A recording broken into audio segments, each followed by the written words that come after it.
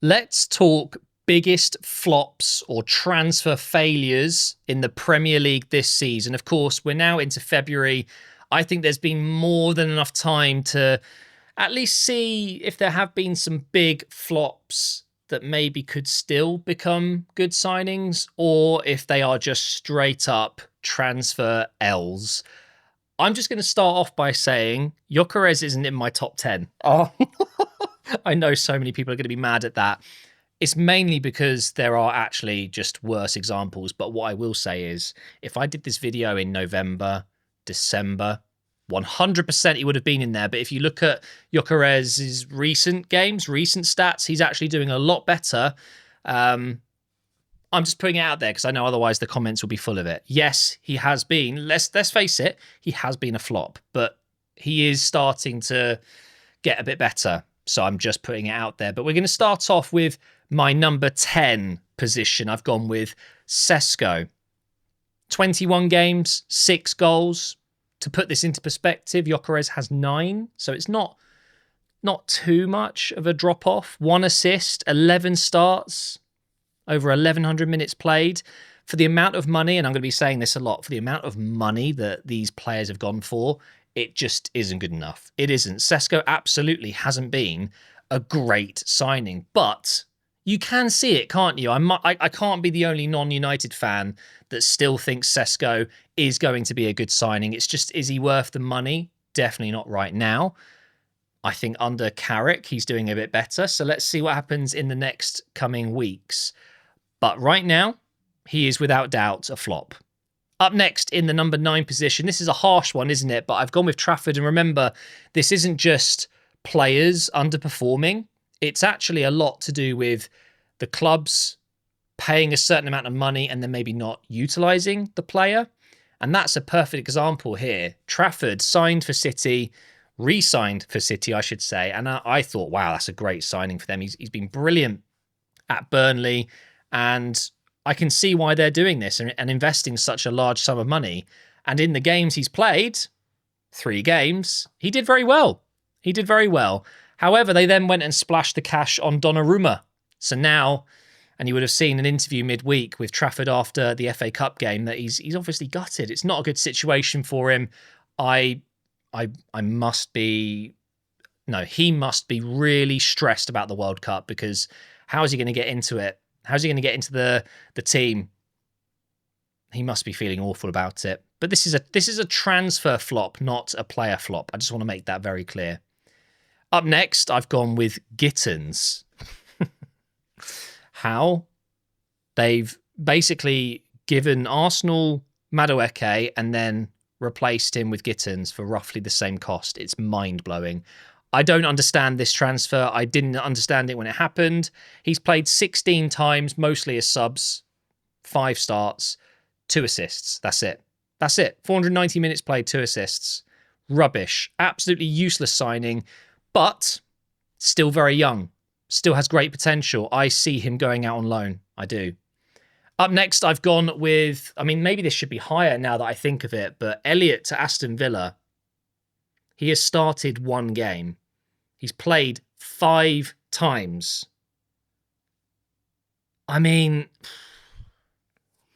He's only on loan, but he's stuck at Villa because he can't loan to another team. And actually, I feel like Liverpool might have made use of him.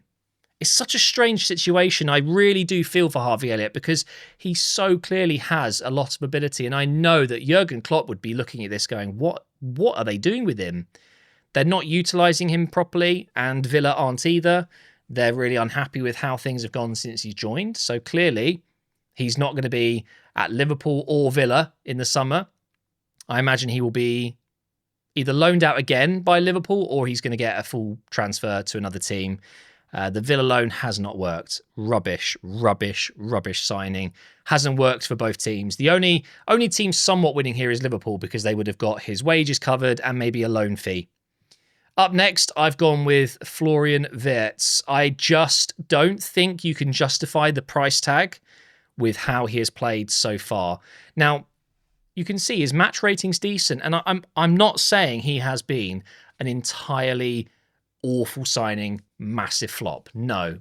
But when you look at the price and what he's given them, there is a mismatch there. It's poor. It's not good enough, even though he is starting to get better and better. The start of his Liverpool career has been very rocky. The first few months were terrible. 25 games he's featured in, 21 times he started, almost 2,000 minutes played, only 6 goals and assists. 4 goals, 2 assists. That isn't good enough. Now, if he was a 30 million signing, a 40 million signing, I'd argue this is okay. That's a decent return. But that's not what this is. He is one of the most expensive signings in world football in history, playing at a club that just won the league last year. You would imagine for that money he would slot in and, do a lot more. But the thing is, he will come good. There's no doubt about it that Wirtz is a great player. He's a truly world-class talent. He's not playing very well so far this season. He's doing a bit better now. And for that money, without question, he's in my top 10. Definitely. We'll move on to our next one. Oh my God, Manson. Do you know, I mentioned it in yesterday's career mode video. I remember when he came to the Emirates as a Leicester goalkeeper and he was, he had a blinder.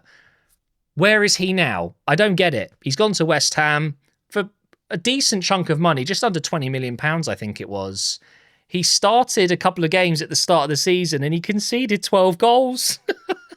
Awful. But obviously West Ham as a club started really badly. So I feel like he got a lot of the blame.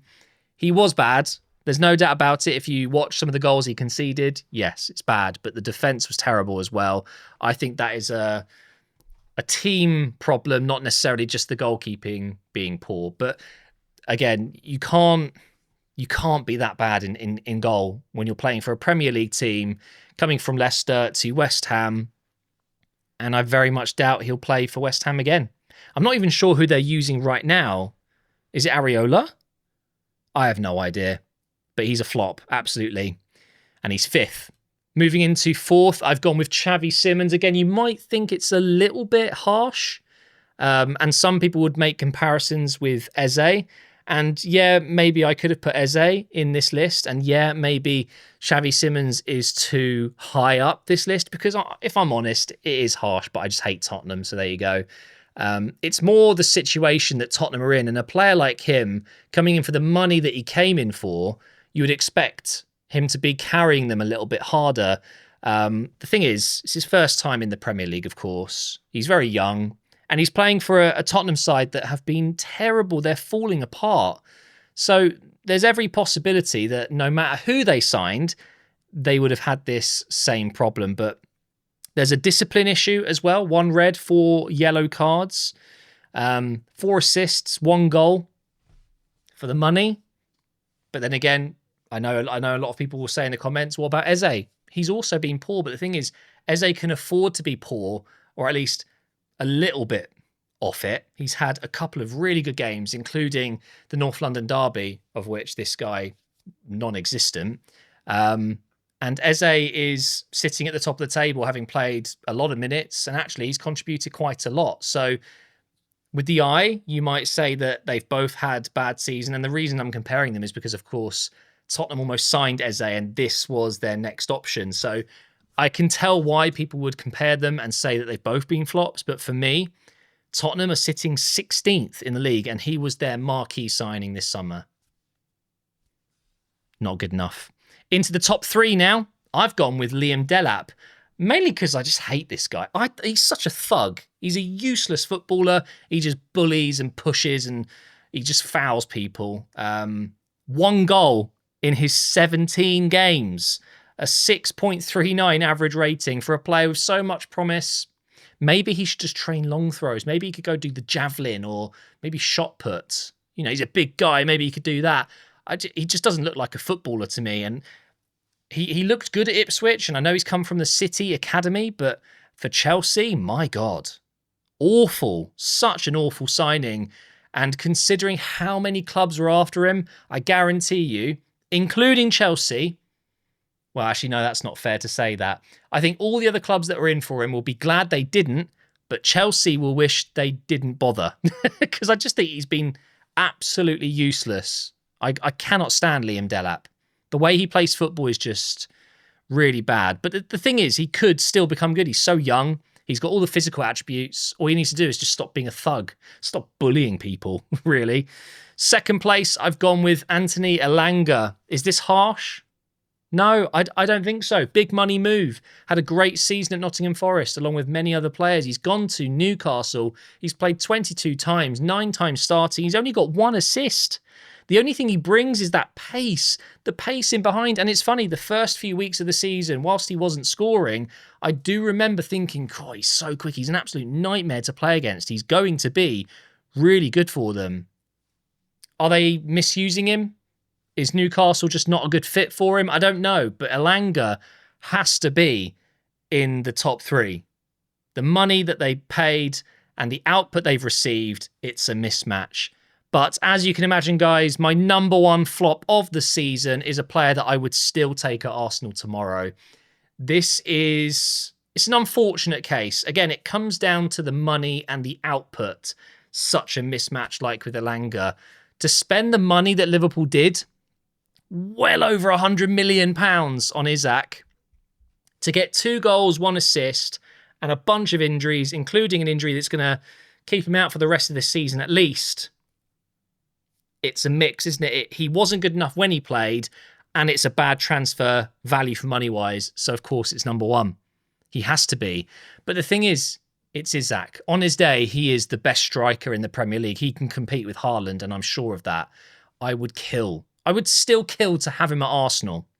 So we'll see what happens when he eventually comes back next season. He's still going to be fighting for his position with Ekitike. And Liverpool, no doubt, won't be happy with what's happened, but they still have this asset. Even though he's having a very bad season, I think in a way it's almost a little bit of a blessing that the injury is going to take some of the spotlight away.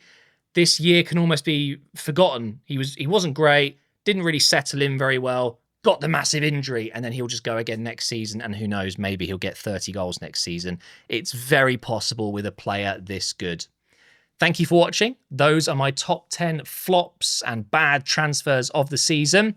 Let me know if you'd like me to do my top 10 positive transfers, the ones that worked out. Leave a comment down below and I'll see you next time.